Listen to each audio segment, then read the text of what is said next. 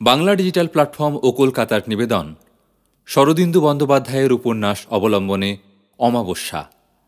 বিভিন্ন চরিত্রে অভিনয় করেছেন দীপনারায়ণ, অনিমেষ দে, রাজমোহন, সুব্রত চক্রবর্তী, রণবীর, বাপ্পাদিত্য, বজরং ও শেওলাল, কৌশিক পাত্র, ডাক্তার ও কেশব, পার্থ দে মল্লিক, পুষ্পা, মৌমিতা নন্দী এবং পূর্ণিমা, সায়ন্তনী মণ্ডল।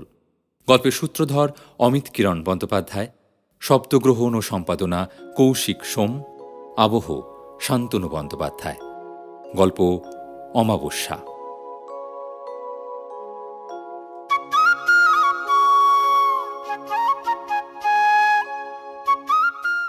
দার্জিলিং কিংবা সিমলার মতো একটি শৈলনগর, উঁচু নিচু রাস্তা, ছবির মতো বাড়ি। নগরের এক প্রান্তে খাড়া পাহাড়, তার কোলে গভীর খাদ। একটি স্থান বন জঙ্গলে ঢাকা, পাকা রাস্তা এখান পর্যন্ত এসে থেমে গেছে। পাহাড়ের ফাঁকে একটা সমতল পাথর খাদের উপর ঝুঁকে আছে। লোকে বলে বাঘের জিভ। 5-6 হাত চওড়া, 10-12 হাত লম্বা পাথরটা যেন খাদের উপর সেতু বাঁধতে গিয়ে এক পা এগিয়েই থেমে গেছে। একদিন অপরাহ্নে এই কাহিনীর নায়িকা পুষ্পা একা সেই বাঘের জিভের ওপর বসে গুনগুনিয়ে গান গাইছিল। পিছনে রাস্তার ওপর তার ছোট্ট 2 সিটার গাড়িটা রয়েছে। পুষ্পা থেকে থেকে উৎসুক চোখে পিছু ফিরে তাকাচ্ছে। মনে হয় সে কারোর জন্য অপেক্ষা করছে। দূর থেকে একটা মোটরের গুঞ্জন শোনা গেল। একটা বড় গোছের গাড়ি পুষ্পার গাড়ির পাশে এসে দাঁড়ালো। চালকের আসন থেকে অবতীর্ণ হলো এক কান্তিমান যুবক, নাম দীপনারায়ণ। তাকে দেখে পুষ্পার মুখে হাসি ফুটল। দীপনারায়ণ এসে পুষ্পার পাশে বসল। বেশ বোঝা যায় তারা পরস্পরের প্রতি আসক্ত। কি করে জানলে আমি এখানে এসেছি? একটা ছোট্ট পাখির মুখে শুনলাম। তাই? মৃদু মোটর হর্নের শব্দে চকিত হয়ে দুজনেই ঘাড় ফেরালো। দেখল তৃতীয় মোটর এসে হাজির হয়েছে এবং রাজমোহন নামক যুবা তা থেকে নামছে। পুষ্পা ও দীপের মুখ ম্লান হয়ে গেল। রাজমোহন দীপনারায়ণের সমবয়স্ক, সেও সুপুরুষ, কিন্তু তার চোখের দৃষ্টিতে কুটিলতা মেশানো আছে। সে কাছে এসে দাঁড়ালে পুষ্পা মুখে একটু হাসি এনে বলল, তা তুমিও কি কাক কোকিলের মুখে খবর পেয়েছিলে? না, তোমার বাড়িতে গিয়ে শুনলাম তুমি গাড়ি নিয়ে বেরিয়েছো। আমার মন বলল তুমি এখানে এসেছো, তাই চলে এলাম। কিছুক্ষণ ছাড়া ছাড়া কথাবার্তা চালাবার পর পুষ্পা উঠে পড়ল। এবার আমায় বাড়ি ফিরতে হবে, আমি চললাম। পুলিশ সুপারের বোন হয়ে জন্মানো যে কি গুরুতর ব্যাপার তা তো তোমরা জানো না। সন্ধ্যের আগে বাড়ি না ফিরলে সারা শহরের পুলিশ এবার আমায় খুঁজতে বেরোবে। আমি চললাম। দুজনে উঠে গিয়ে রাস্তার ধারে দাঁড়িয়েছিল। পুষ্পার গাড়ি দূরে অদৃশ্য হয়ে যাওয়ার পর রাজমোহন দীপের দিকে ফিরে সহজ বন্ধুত্বের সুরে বলল, দীপ, তোমার সঙ্গে আমার একটা কথা আছে। রাস্তা এবং বাঘের জিভের সন্ধিস্থলে প্রকাণ্ড শিবলিঙ্গের মতো একটা পাথর খাড়া দাঁড়িয়েছিল। দীপ অলসভাবে তাতে ঠেস দিয়ে দাঁড়িয়ে বলল, কি কথা? মনে হচ্ছে তুমি পুষ্পাকে বিয়ে করতে চাও। আমিও চাই তাকে বিয়ে করতে। এখন কথা হচ্ছে কে তাকে বিয়ে করবে। এই বাছাবাছির ভারটা পুষ্পার উপর ছেড়ে দিলেই ভালো হতো না? না, হয় না। আমি বেঁচে থাকতে তুমি পুষ্পাকে পাবে না, আর তুমি বেঁচে থাকতে আমিও পুষ্পাকে পাবো না। এর একটা নিষ্পত্তি হওয়া দরকার। দেখো, তুমি বড় মানুষ, আমারও পয়সার অভাব নেই। আমাদের মধ্যে ঝগড়াঝাটি ভালো দেখায় না। আর তার চেয়ে চলো আমার বাড়িতে, সেখানে কথা হবে। ও ভালো কথা, ওই পাথরটার উপর এমনভাবে হেলান দেওয়া ঠিক নয়। মনে হয় ওটা যেন একটু দুলছে। দীপ সোজা হয়ে দাঁড়ালো। পাথরটা টলমল করতে লাগলো। যেন একটু ঠেলা দিলেই বাঘের জিভের ওপর দিয়ে গড়িয়ে খাদে পড়বে। দীপ বলল, চলো তোমার বাড়িতেই যাওয়া যাক। বেশ, চলো তাহলে।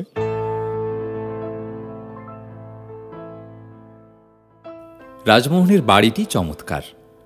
সামনে বিস্তীর্ণ ফুলের বাগান। সেদিন রাজমোহনের বোন পূর্ণিমা বাগানে ফুল তুলে তোড়া বাঁধছিল। রাজমোহন ও দীপনারায়ণের মোটর আগে পিছে ফটক দিয়ে প্রবেশ করছে দেখে চোখ বিস্ফারিত করে চেয়ে রইল। গাড়ি বারান্দায় দুটি গাড়ি থামল। দুজনে গাড়ি থেকে নামল। রাজমোহন তার খাস চাকর শেওলালকে ডেকে বলল, শেওলাল, আমরা বসবার ঘরে যাচ্ছি, শরবত নিয়ে এসো। শেওলালকে দেখেই চেনা যায় ধূর্ত প্রকৃতির লোক। রাজমোহন দীপকে বসবার ঘরে নিয়ে গেল। বাগানের দিকে জানলা খুলে দিয়ে দুজনের টেবিলের দুপাশে বসল। শেওলাল দু গেলাস শরবত রেখে চলে যাবার পর রাজমোহন দেরাজ থেকে দুটো ওষুধের ট্যাবলেট বের করে বলল, আচ্ছা দীপ, এ দুটো কিসের বড়ি বলতে পারো? না, তা কি করে বলবো, কুইনাইন নাকি? একরকম দেখতে হলেও দুটো কিন্তু এক জাতের বড়ি নয়। একটি মারাত্মক বিষ, খেলেই মৃত্যু। অন্যটি সাধারণ বড়ি, অ্যাসপিরিন। রাজ, তোমার মতলবটা কি বলো তো? মতলব? হ্যাঁ, মতলব খুব সোজা। আমরা দুজনেই তো পুষ্পাকে বিয়ে করতে পারি না, একজনকে সরে দাঁড়াতে হবে। এসো, আমরা এই বড়ি দুটোর মধ্যে একটা বেছে নিই। কোনো হাঙ্গামা নেই, বেছে নিয়ে যে যার শরবতের গ্লাসে ফেলে ঢক করে খেয়ে ফেলো, ব্যাস নিষ্পত্তি হয়ে গেল। তোমার কপালে যদি বিষের বড়ি ওঠে তাহলে 1 ঘন্টার মধ্যে মৃত্যু, কোনো যন্ত্রণা নেই, কিছুই টের পাবে না। আর আমার কপালেই যদি মৃত্যু থাকে, ঠেকাবে কি? পুষ্পা কার হবে এ নিয়ে আর তর্ক থাকবে না। কেমন? এবার এসো, নিজের বড়িটা বেছে নাও। তুমি কি পাগল হয়ে গেলে নাকি? তুমি দেখছি ভয় পেয়েছো বন্ধু। মৃত্যুকে এত ভয়?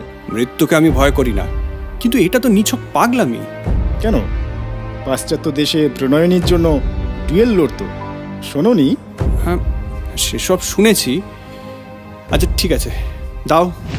বেশ, এসো চুমুক দেওয়া যাক, দেখি ভাগ্যলক্ষ্মী কার গলায় মালা দেন।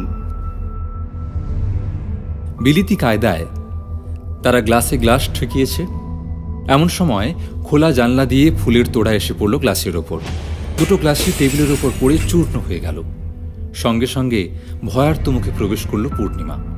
রাজ কটমট করে তার পানে তাকিয়ে বলল, কি ব্যাপার? আমরা শরবত খাচ্ছি আর তুমি এখানে? মিথ্যে কথা বলো না, আমি আড়াল থেকে সব শুনেছি।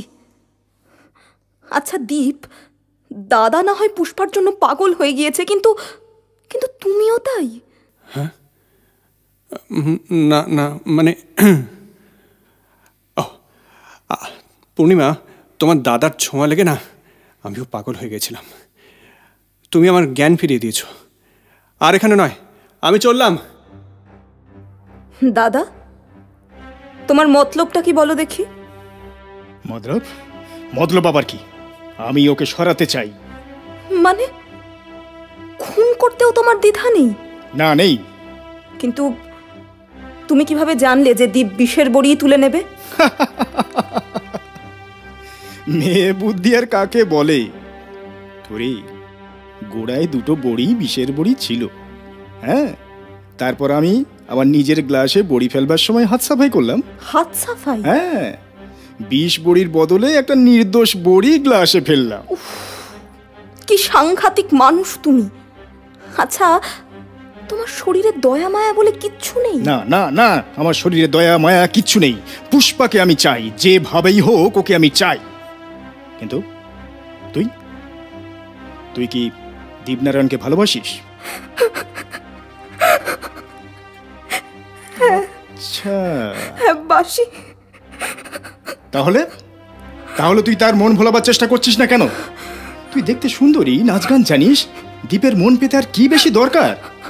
দীপ যদি তোর প্রেমে পড়ে, আমার রাস্তা সাফ। পুষ্পাকে বিয়ে করার আর কোনো বাধা থাকে না। আর ও যদি আমার দিকে ফিরে না চায়, তখন আমি কি করব? দীপ নিজের বাড়িতে ফিরে এলো। রাজের বাড়ির মতোই সুন্দর বাগান ঘেরা দোতলা বাড়ি। বাড়িতে সে একলা থাকে। সঙ্গীর মধ্যে ম্যানেজার বজরং আর বুড়ো চাকর কেশব। দীপ নিজের বসবার ঘরে গিয়ে টেবিলের সামনে গালে হাত দিয়ে বসে ভাবতে লাগল, রাজ, পুষ্পা, রাজ, পুলিশের বড় সাহেব মনে হয় এই বিয়েতে অমত করবেন না।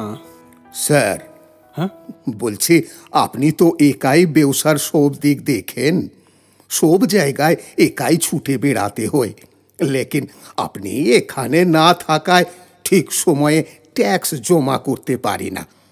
তাই বলছিলাম কি স্যার। স্যার, হ্যাঁ, কে? ও বজরং, কি বলছিল বলো। স্যার বলছি আপনি যদি চেকগুলান সহি করিয়ে রাখেন তো আমি ঠিক সময়ে ট্যাক্সগুলো ভরতে পারি। হ্যাঁ ঠিক আছে ঠিক আছে, কোথায় সই করতে হবে দাও। এই তো এইখানে এইখানে। ব্যাস, এইবার আমার কোনো চিন্তা নাই। দাদাবাবু, দাদাবাবু, কপিটা নাও। আচ্ছা স্যার, আমি তবে আসি। আচ্ছা দাদাবাবু, ওই যে মেয়েটা মদ খায়, আরও কী সব নেশা করে, তার টাকা ও পায় কোত্থেকে? কোনো দিকে তোমার নজর নেই। দেখবে কোন দিন ঘরে ঢেকে কুমির হয়ে যাবে, এই আমি বলে দিলুম। ঠিক আছে ঠিক আছে, তুই এখন কফিটা রেখে যা তো। হ্যাঁ, আমার আর কি, যা পারো করো। পুলিশের বড় সাহেব রণবীর আর পুষ্পা তাদের বাংলোতে নৈশাহার শেষ করে কফি খাচ্ছে। আরে আজ বিকেলে কোথায় বেড়াতে গিয়েছিলি? ওই বাঘের জিভের ওপর, ওখানে গিয়ে বসেছিলুম। মানে একাই? হ্যাঁ, একাই গিয়েছিলুম, পরে আরো দুজন এলো। দুজন? দীপ নারায়ণ আর রাজমোহন। বাবা, তুমি কি গুপ্তচর লাগিয়েছো নাকি? না না, ওদের মতলব বুঝতে দেরি হয় না। তোকে কি আর ওরা একলা থাকতে দিতে চায়? তা তোর কোনটিকে পছন্দ? তোমার কাকে পছন্দ আগে বলো। দুজনই তো যোগ্য পাত্র মনে হয়, শিষ্ট, ভদ্র, পয়সা কড়িও আছে। তবে দীপ যেন একটু বেশি ভালো। ঠিক ধরেছি। হ্যাঁ, কিন্তু তোর যাকেই পছন্দ হোক, আমার অবস্থা সমান। কেন? তুই চলে গেলে আমি একলা পড়ে যাব। দাদা, তুমি তুমি এবার একটা বিয়ে করো না দাদা। আচ্ছা আচ্ছা, আমার জন্য আর কতদিন আইবুড়ো থাকবে? তোমার কি ভয় হয় যে তুমি বিয়ে করলে আমি তোমার বউয়ের সঙ্গে ঝগড়া বাঁধিয়ে দেবো? আরে দূর পাগলি। না না, আমি সত্যি বলছি, আমি তোমার বউয়ের সঙ্গে কোনো ঝগড়া করব না। প্লিজ তুমি এবার একটা বিয়ে করো। আসলে নিজের জন্য না বউ খোঁজা একটা ঝামেলা। তার থেকে তুই আমার হয়ে ঘটকালি কর, তোর তো অনেক বান্ধবী আছে। না, তুমি তো আমার সব বান্ধবীকেই চেনো, তো তুমি বলো কাকে তোমার পছন্দ। আমার আবার পছন্দ, তবে হ্যাঁ রে, রাজমোহনের একটা বোন আছে না? হ্যাঁ, কি যেন নাম তার? পূর্ণিমা। পূর্ণিমা, হ্যাঁ, কেমন মেয়ে বল দেখি? খুব ভালো মেয়ে, ভারী মিষ্টি স্বভাব, ঠিক যেমনটি তোমার দরকার। তাহলে ঘটকালি করি? কর, কিন্তু আমি তো বুড়ো বর। রাজমোহন কি আর আমার হাতে বোনকে দেবে? দেবে না, আবার স্বর্গ হাতে পাবে। পরদিন বিকেলবেলা দীপ রণবীরের বাংলোতে গেল। বাগানের এক কোণে ঝোপঝাড়ের আড়ালে একটা দোলনা আছে। দীপ জানে সেটি পুষ্পার প্রিয় স্থান, সে সেই দিকে চলল। কিন্তু রাজমোহন আগেই সেখানে হাজির হয়েছিল এবং পুষ্পার কাছে বিয়ের প্রস্তাব করছিল। Please Pushpa, try to understand. Will you marry me? না মানে আমি আমি তো এই দীপ, এদিকে। হ্যাঁ এই তো এখানে, এদিকে এসো। হ্যাঁ, আসছি আসছি আসছি। আবার আবার আবার ঠিক সময় হাজির হয়েছে। তোকে আমি পরে দেখে নেব। এই রাজমোহন হয় রেগে চলে গেল নাকি? বাবা আর বলো না, একটু হলেই হয়েছিল আর কি। বাপরে বাপ। কেন, ও তোমাকে কিছু বলেছে নাকি? বেশ গুরুতর কথা বলেছে। এবার তুমি কি বলবে বলো? আমি কি বলবো? তোমার কিছুই বলার নেই? না না না, হ্যাঁ হ্যাঁ, আছে আছে আছে। এই তোমার দাদা কোথায়? দাদা বাড়িতে আছে, দপ্তরে কাজ করছে। কেন, তোমার দাদার সঙ্গে কি দরকার? তার একমাত্র ছোট বোনকে আমি বিয়ে করব, তার অনুমতিটা লাগবে নাকি? তাই নাকি? আর একমাত্র ছোট বোন যদি বলে তোমাকে সে বিয়ে করবে না? ও, তাহলে তাকে এমনি করে পক্ষীরাজ ঘোড়ার পিঠে তুলে উড়িয়ে নিয়ে চলে যাব।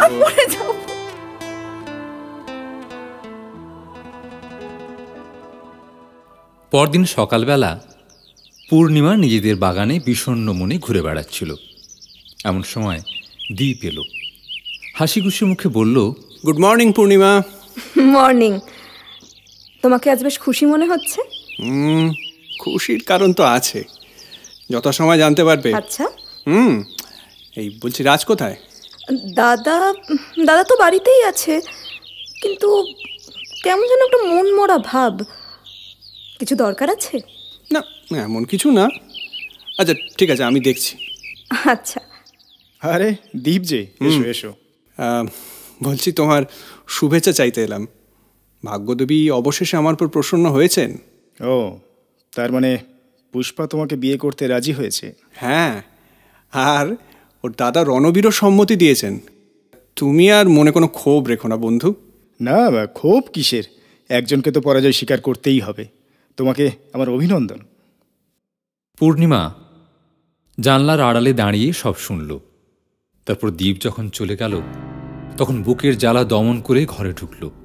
রাজের দিকে বাঁকা বিদ্রুপ ভরা চোখে চেয়ে বলল, তার মানে দীপ তোমার মুখের গ্রাস কেড়ে নিল। এখনই হয়েছে কি? এই তো সব শুরু। যুদ্ধ যখন শেষ হবে তখন দেখিস। মানে এখন তুমি আর কি করতে পারো? কি করতে পারি? কি করতে পারি দেখবি। বিয়ে তো আর আজই হচ্ছে না, তার আগে অনেক কিছু ঘটতে পারে। পুষ্পার বিয়ের এনগেজমেন্ট উপলক্ষে রণবীর বেশ ঘটা করল। বাড়িতে নহবত বসবে, বাগানের মাঝখানে রঙ্গমঞ্চ খাড়া হলো, সেখানে নাচ গানের আসর বসবে। শহরের যত গণ্যমান্য লোক নিমন্ত্রিত হলো। রণবীর নিজে পুষ্পাকে নিয়ে রাজমোহনের বাড়িতে গেল। বিশেষ করে পূর্ণিমাকে নিমন্ত্রণ করল। পূর্ণিমা, পূর্ণিমা, এই তো। আরে পুষ্পা যে! ও আচ্ছা, রণবীর বাবু আছেন। আসুন আসুন, ভিতরে আসুন। এই একটা বিশেষ দরকারে আসা। জানো তো সবই, পুষ্পার বিয়ে, আর নিজের লোক বলতে তো তোমরা ছাড়া বিশেষ কেউ নেই। আর শুনেছি তুমি ভালো নাচ গানও জানো, তাই ওই দিন যদি তুমি একটু... আচ্ছা বেশ, নিশ্চয়ই যাব।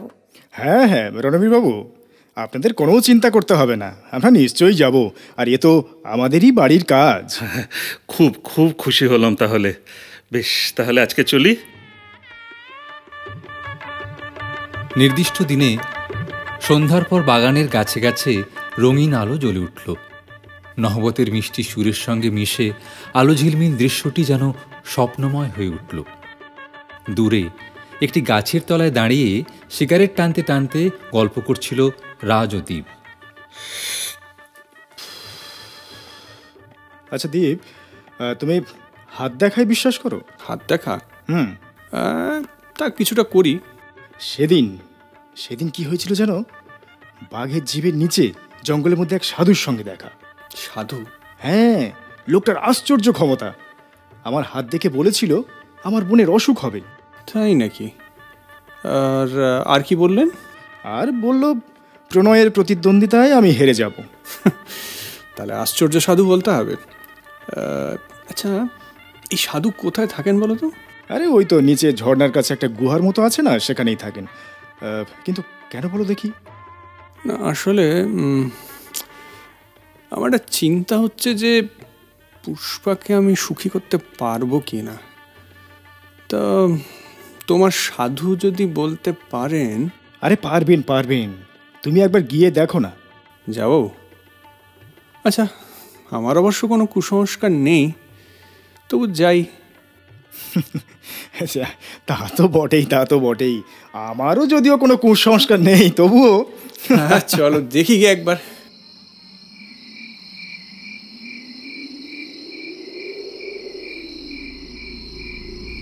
খাদের সংকীর্ণ পথে ক্ষুদ্র হ্রদের কাছে পাহাড়ের গায়ে একটা গর্তের মতো তৈরি হয়েছে। তারই মুখের কাছে সাধু বাবা বসে আছেন। সামনে ধুনি জ্বলছে, বাবার মাথায় জটা, দাড়ি গোঁফে মুখ আচ্ছন্ন, গঞ্জিকার প্রসাদে রক্তবর্ণ চক্ষু দুটি ঘূর্ণিত হচ্ছে। দীপকে দেখে বাবা চিরাগলায় বললেন, बम शंकर ब्रम ब्रम ब्रम ब्रम फट।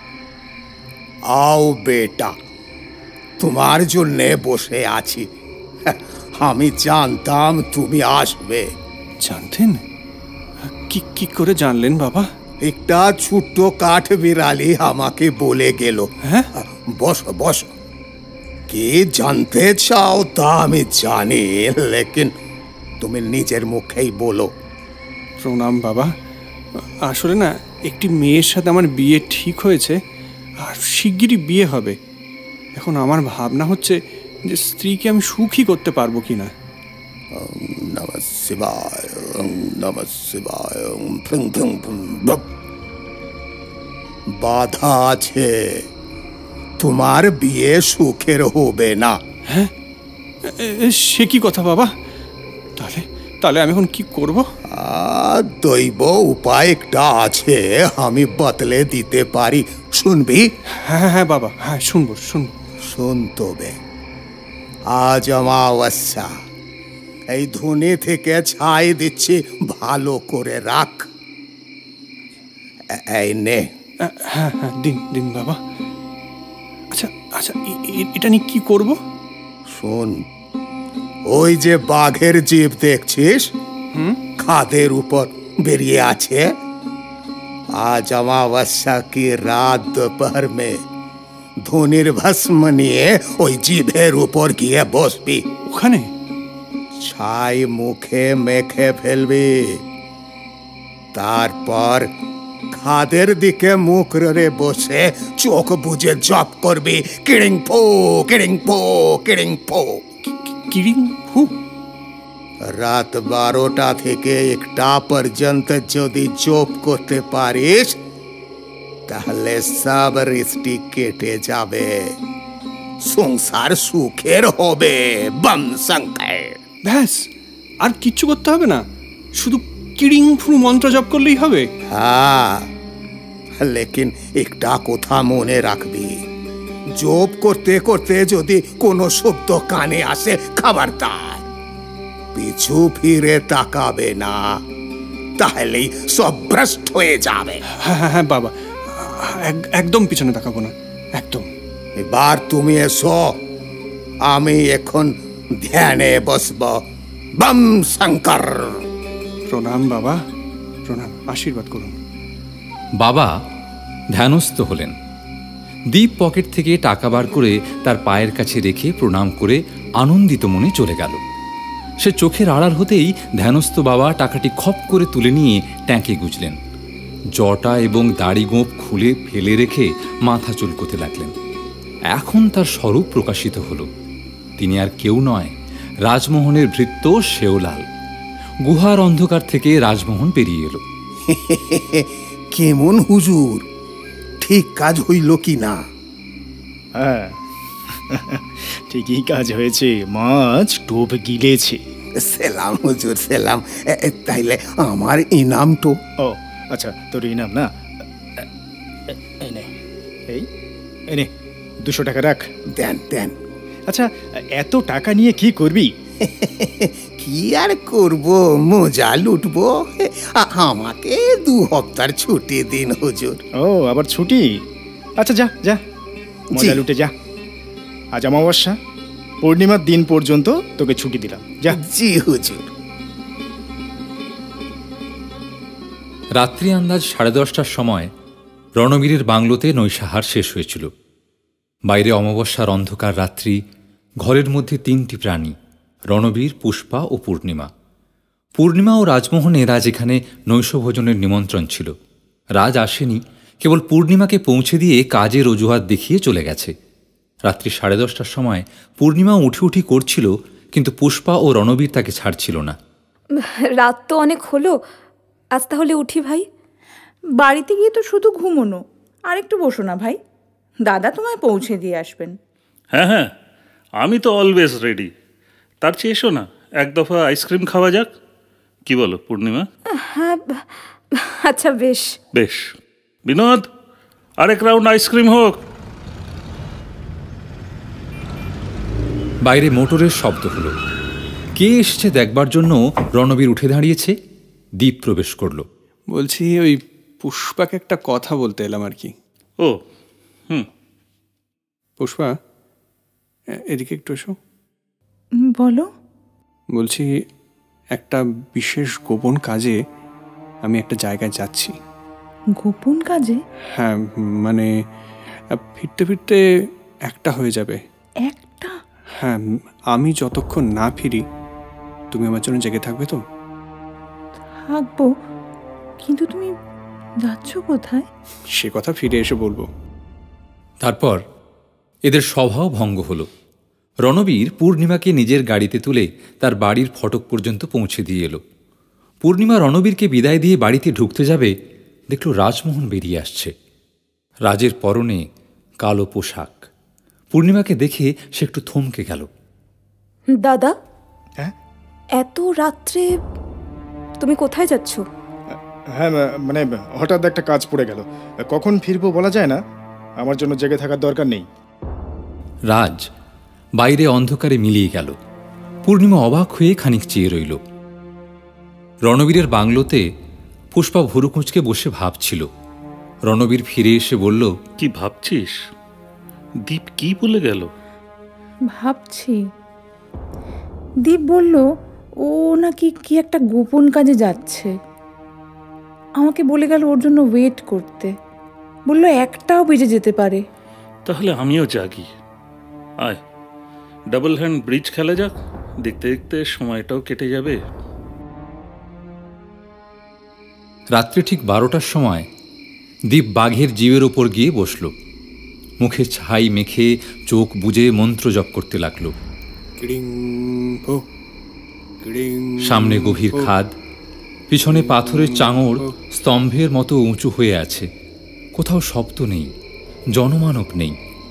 পিছনে একটি ছায়ামূর্তির আবির্ভাব হলো। অন্ধকারে কালো পোশাক পরা রাজমোহনকে আবছা দেখা যাচ্ছে।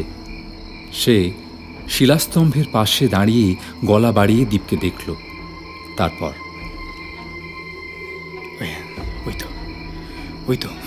ওই তো দীপ ধ্যানে বসেছে। এই সুযোগ কোনো মতে হাতছাড়া করা যাবে না। এবার এই পাথরটাকে আমাকে ঠেলতেই হবে। এই তো দুলছে পাথরটা। আরেকটু পাথরটা, আরেকটু। এইবার হ্যাঁ, এই তো গড়াচ্ছে। এবারে গড়িয়ে গেলেই আজকের আমার পথের কাঁটা। কি পাথরটা তো আমার দিকে এগিয়ে আসছে। কি করব, কি করব, কোথায় যাব? দেখি না না না না না না না, জিভের পাশে তো আটকে নেই। তার মানে আমার পথের কাঁটা।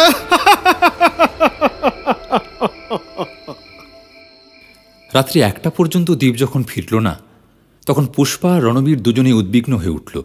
তাস খেলা বন্ধ করে রণবীর বলল, তাই তো, দীপ এখনো ফিরল না।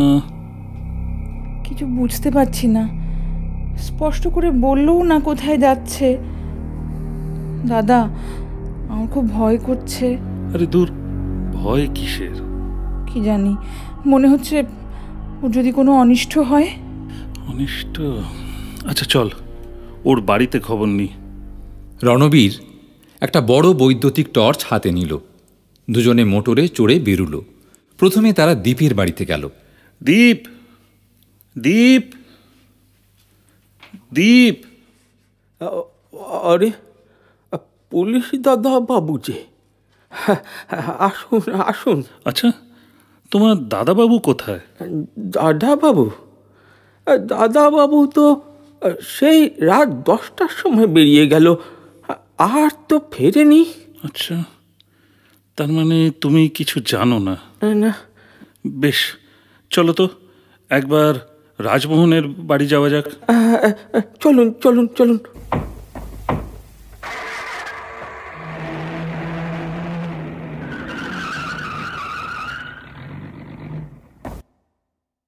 রাজমোহন, রাজদাদাবাবু, রাজদাদাবাবু। কে? ও, কি হয়েছে? রাজমোহন কোথায়? দাদা, দাদা তো ঘুমোচ্ছে। ও, দীপ এসেছিল এখানে? কই না তো, কেন? তাহলে এখানে আসেনি। আচ্ছা বেশ, চলো। রণবীর শহরের আরও কয়েক জায়গায় খুঁজে শেষে উদ্বিগ্ন হয়ে থানায় গেল। সেখান থেকে দুজন পুলিশ নিয়ে বেরোলো। নিশ্চয়ই কোনো দুর্ঘটনা ঘটেছে। সারা শহর খুঁজে শেষে তারা বাঘের জিবে গিয়ে দেখল দ্বীপের শূন্য মোটর পড়ে আছে।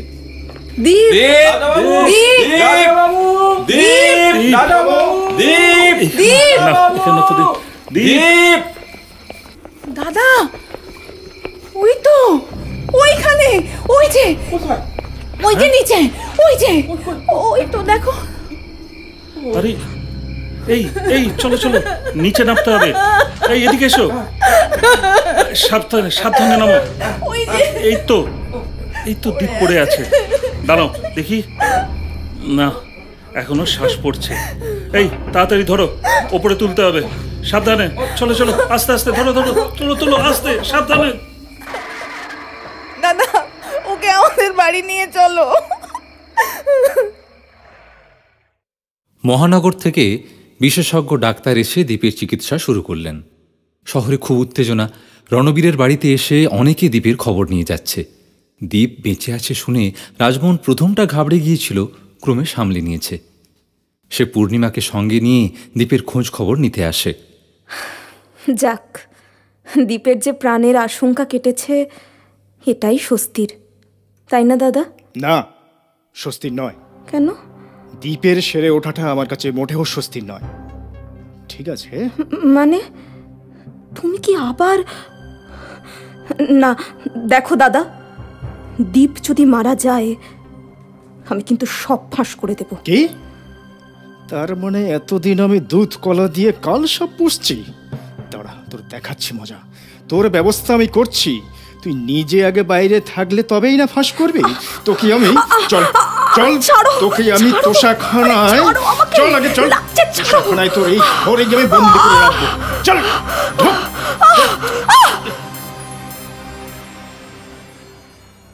বিশেষজ্ঞের চিকিৎসায় দ্বীপ হপ্তা দুয়েকের মধ্যে সেরে উঠল। পুষ্পার শীর্ণ মুখে আবার হাসি ফুটছে। দ্বীপের সুস্থ হওয়ার ফলে রাজ খুব ভয় পেয়েছিল, কিন্তু যখন সে শুনল যে সেদিনের কোনো ঘটনাই দ্বীপের মনে নেই, তখন সে স্বস্তির নিঃশ্বাস ফেলল। তবু অত সহজে ভাড়া কাটে না। শেওলাল নানা ছুতোয় তার কাছে টাকা আদায় করার চেষ্টা করছে, ভয় দেখাচ্ছে আরও টাকা না দিলে সে গুপ্ত কথা ফাঁস করে দেবে। তাকে আরও 200 টাকা দিয়ে রাজ সাময়িক অব্যাহতি পেয়েছে। ওদিকে তোষাখানার চোর কুঠুরিতে পূর্ণিমা বন্ধ আছে। দুবেলা তাকে খাবার দিতে যেতে হয়। সে ঝগড়াঝাঁটি কান্নাকাটি করে। দ্বীপ রণবীরের বাড়িতে আরও কিছুদিন থেকে সম্পূর্ণ সুস্থ হয়ে কেশকে সঙ্গে নিয়ে নিজের বাড়িতে ফিরে গেল। বাড়িতে আরেক বিপদ, বজরং পালিয়েছে। যাবার সময় ব্যাংক থেকে দ্বীপে 30,000 টাকা তুলে নিয়ে গিয়েছে। গুরুতর দুর্ঘটনার পালা শেষ না হতে হতেই এত টাকার লোকসান। দ্বীপ মাথায় হাত দিয়ে বসল। পুলিশে টাকা চুরির খবর গেল, সারা শহরে খবর ছড়িয়ে পড়ল। দুর্ঘটনার পর আজ 1 মাস পূর্ণ হল। আবার অমাবস্যা। ধনী ব্যবসায়ী শেঠ আম্বালালের বাড়িতে সন্ধ্যের পর বিরাট পার্টি জমেছে। অন্যান্য গণ্য অতিথিদের মধ্যে রণবীর, পুষ্পা ও দীপও নিমন্ত্রিত। নাচ গান গল্প গুজব চলছে। অমাবস্যার প্রসঙ্গ উঠতেই দ্বীপের কেমন ভাবান্তর হলো, যেন অস্বস্তি বোধ করতে লাগল। পুষ্পার কাছে বিদায় নিয়ে সে একটু সকাল সকাল বাড়ি ফিরে এলো। রাত্রে নৈশাহার শেষ করে 10টার সময় যখন সে শুতে গেল, তখন সে বেশ সুস্থ মানুষ। সে বিছানায় শুয়েই ঘুমিয়ে পড়ল। রাত 12টার সময় তার ঘুম ভাঙল। বাড়ির একটা ঘরে ঢং ঢং করে ঘড়ি বাজছে। দীপ বিছানায় উঠে বসল। ধীরে ধীরে তার মুখের পরিবর্তন হতে লাগল। একটা পৈশাচিক ক্রূরতা তার মুখে ফুটে উঠল। হিংস্র সাপদের মতো এদিক ওদিক তাকাতে তাকাতে সে খাট থেকে নামল। তারপর নিঃশব্দে দৌড় খুলে নিচের তলায় নামতে লাগল। সিঁড়ির ঠিক নিচের ধাপের সামনে কেশো মাদুর পেতে ঘুমোচ্ছিল। না জেনে তার ঘাড়ে দীপ পা দিতেই কেশো তড়াক করে জেগে উঠল। কে কে কি দাদা বাবু, তুমি এত রাতে কোথায় যাচ্ছ? দীপ কথা বলল না, জিঘাংশুভাবে দাঁত বার করল। কেশো ভয়ে পিছিয়ে এলো। এ যেন দীপ নয়, কোনো একটা দুষ্ট অপদেবতা তার উপর ভর করেছে। এই সুযোগে দীপ বাড়ি থেকে বেরিয়ে এলো এবং অমাবস্যার অন্ধকারে অদৃশ্য হয়ে গেল। চোরের মতো রাস্তায় রাস্তায় ঘুরে পুলিশের চোখ এড়িয়ে দীপ শেষে শেঠ আম্বালালের বাড়িতে এসে পাঁচিল ডিঙিয়ে ঢুকে পড়ল। বাড়ির লোকজন সবাই ঘুমে অচেতন। দীপ এঘর ওঘর ঘুরে হাতের কাছে দামি জিনিস যা পেরো তাই পকেটে পুড়ল। সব শেষে সে শেঠজির ঘরে ঢুকল। শেঠজি ঘুমোচ্ছিলেন। দীপ তার বালিশের তলায় হাত ঢুকিয়ে চাবি বার করবার চেষ্টা করতেই তিনি জেগে উঠে চোর চোর বলে চেঁচিয়ে উঠলেন। দীপ ছায়ামূর্তির মতো অদৃশ্য হয়ে গেল। রাত প্রায় 2টোর সময় দীপ বাড়ি ফিরে এলো। কেশো আবার ঘুমিয়ে পড়েছিল। তাকে সন্তর্পণে ডিঙিয়ে বাড়ির স্টোর রুমে গেল।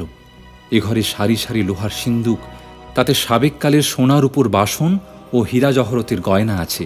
দীপ একটি পুরনো মজবুত সিন্দুকের তালা খুলে চোরাই মাল পকেট থেকে বার করে তাতে রাখল।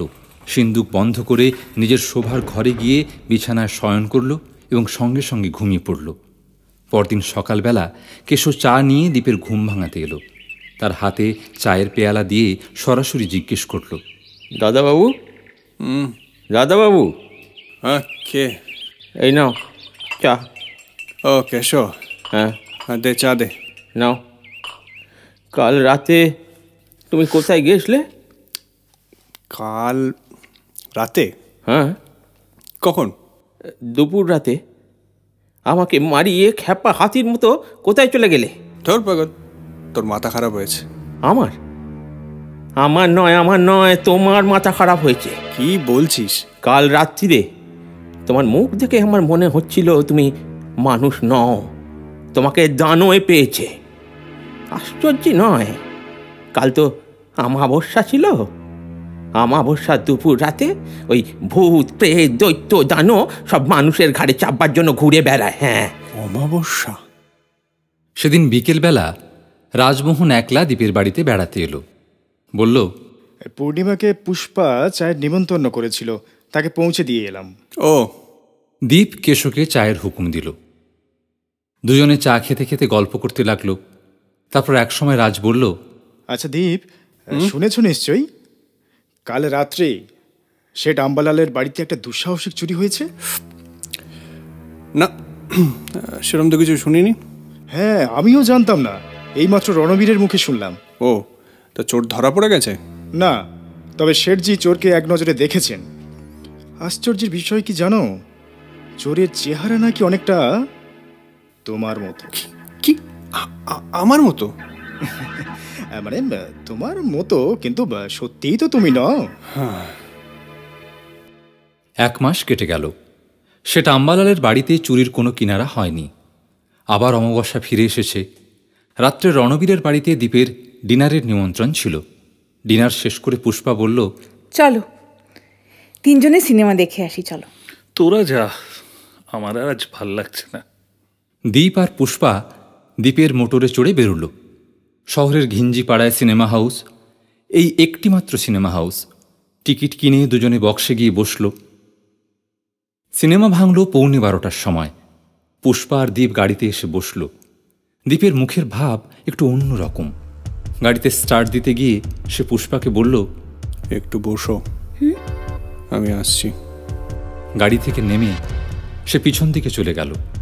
পুষ্পা একটু অবাক হলো, কিন্তু কোনো প্রশ্ন না করে গাড়িতে বসে রইল। 10 মিনিট দীপের দেখা নেই। তারপর সে পিছন দিক থেকে এসে সামনের দিকে চলতে আরম্ভ করল। মোটরের দিকে তাকালো না। সে চলে যাচ্ছে দেখে পুষ্পা ব্যগ্রভাবে ডাকল, ওদিকে কোথায় যাচ্ছ? এই তো এখানে। দীপ ফিরে তাকালো না, হনহন করে এগিয়ে চলল। পুষ্পা তখন ড্রাইভারের সিটে সরে গিয়ে গাড়িতে স্টার্ট দিল। গাড়ি চালিয়ে দীপের পিছনে চলল। কিন্তু দ্বীপের কাছ পর্যন্ত পৌঁছাবার আগেই দ্বীপ পাশের একটা সরু গলির মধ্যে ঢুকে পড়ল, যেখানে গাড়ি যায় না। গলির মুখের কাছে গাড়ি থামিয়ে পুষ্পা হতভম্ব হয়ে বসে রইল। এ কি, দ্বীপ এদিকে কোথায় যাচ্ছে? কোনো দিকে খেয়াল নেই। আরে, এগুলিতে যাচ্ছে কেন? কি করব বুঝতে পারছি না তো। গাড়িটাও তো এখানে ঢুকবে না। কি করব, মাথায় কিছু ঢুকছে না। তো রাত্রিরে এখানে তো দাঁড়ানো যাবে না, এখানে তো জায়গাটাও ভালো না। তারপর অশান্ত হৃদয়ে ভয়, সংশয়, সন্দেহ নিয়ে পুষ্পা গাড়ি চালিয়ে বাড়ি ফিরে গেল। দ্বীপ গলি দিয়ে যাচ্ছিল। গান বাজনার শব্দ শুনে ঘরের মধ্যে ঢুকতেই নর্তকী থমকে দাঁড়িয়ে পড়ল। দর্শকেরা ঘাড় বেঁকিয়ে ভ্রুকুটি করে দ্বীপের পানে চাইল। দ্বীপের গলায় বিকৃত বেপরোয়া হাসি ফুটে উঠল। সে নর্তকীকে বলল, আরে থামলে কেন, নাচো নাচো। নর্তকী আবার নাচ আরম্ভ করল। দ্বীপ কোমরে হাত দিয়ে দাঁড়িয়ে তার নাচ দেখতে লাগল। ভিড়ের মধ্যে বসে শেওলাল চোখ কুঁচকে দ্বীপের পানে তাকিয়ে দেখছিল। চেহারাটা ঠিক দ্বীপেরই মতো, তবু যেন ঠিক দ্বীপ নয়। তাছাড়া দ্বীপ বড় মানুষ, সে কি এরকম জায়গায় আসবে? সংশয়ে শেওলালের মন দোলা খেতে লাগলো। কিন্তু ও যদি সত্যিই দীপনারায়ণ হয়, তাহলে টাকা রোজগারের আরেকটা রাস্তা পেয়ে শেওলাল উঠে এসে দ্বীপকে জিজ্ঞেস করল, আপনি দীপনারায়ণ রায় না? দ্বীপের মুখ ভয়ঙ্কর হয়ে উঠল। সে দুহাতে শেওলালের গলা চেপে ধরে পাগলের মতো ঝাঁকানি দিতে লাগলো। হই হই কাণ্ড বেঁধে গেল। ধস্তাধস্তি, মারামারি, চিৎকার।